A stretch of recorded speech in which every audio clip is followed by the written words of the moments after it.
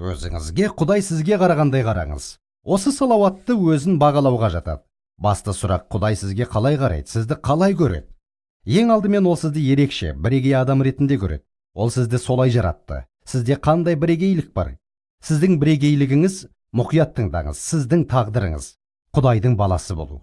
Ойланыңыз, бұл ата-анасының баласы болу дегенді білдіреді. Әсіресе сіз өз ата-анаңызбен шынымен жақын болсаңыз, отбасының мүшесі болу, осының бәрінің мағынасы қандай? Сонымен Құдай, сен менің баламсың. Мен сені менің балам болу үшін жараттым. Осыны түсініп, Мәсіхті Құдайым және құтқарушым деп қабылдаған кезде, Құдай киелі рух біздің өмірімізден орын алады. Ішімізден бізді өзгертіп, көктегі әкемен туысқандық қарым-қатынас орнатады.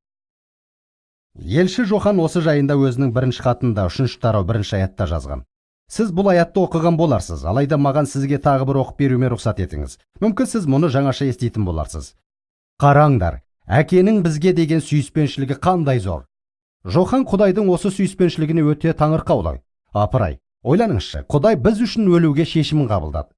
Ол аспаннан түсіп, өз еркімен біздің күнәларымыз бен азабымызды мойнына алып, айқышта қиналып, солай біздің құтқарылуымыз үшін және онымен қарым-қатынасқа түсе алуымыз үшін. Сондықтан Жохан былай дейді: қараңдар, әкенің бізге деген сүйіспеншілігі қандай зор.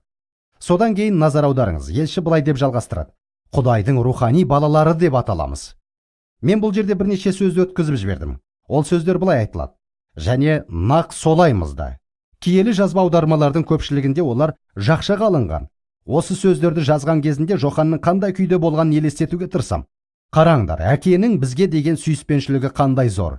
Құдайдың рухани балалары деп аталамыз. Менің ойымша ол осының рас екенін түсініп, және нақ солаймыз да деп қосқан болар. Біз шынымен солаймыз. Менің шынымен Құдайдың баласы екенімді түсінген күнім есімде. Ол сізді жаратты. Тыңдаңыз, Құдай сөзі былай дейді: бірақ оны қабылдап, оған сенім артқандардың бәрін ол Құдайдың рухани балалары болуға құқық тепті. Мен Құдайға сендім, оны қабылдадым, және ол маған оның баласы деп аталып, солай болуға құқық берді.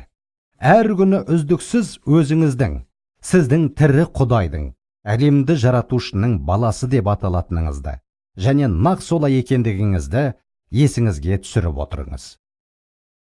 Ол сізді сүйгені сонша, өзінің рухани ұлының бейнесінде жерге түсіп,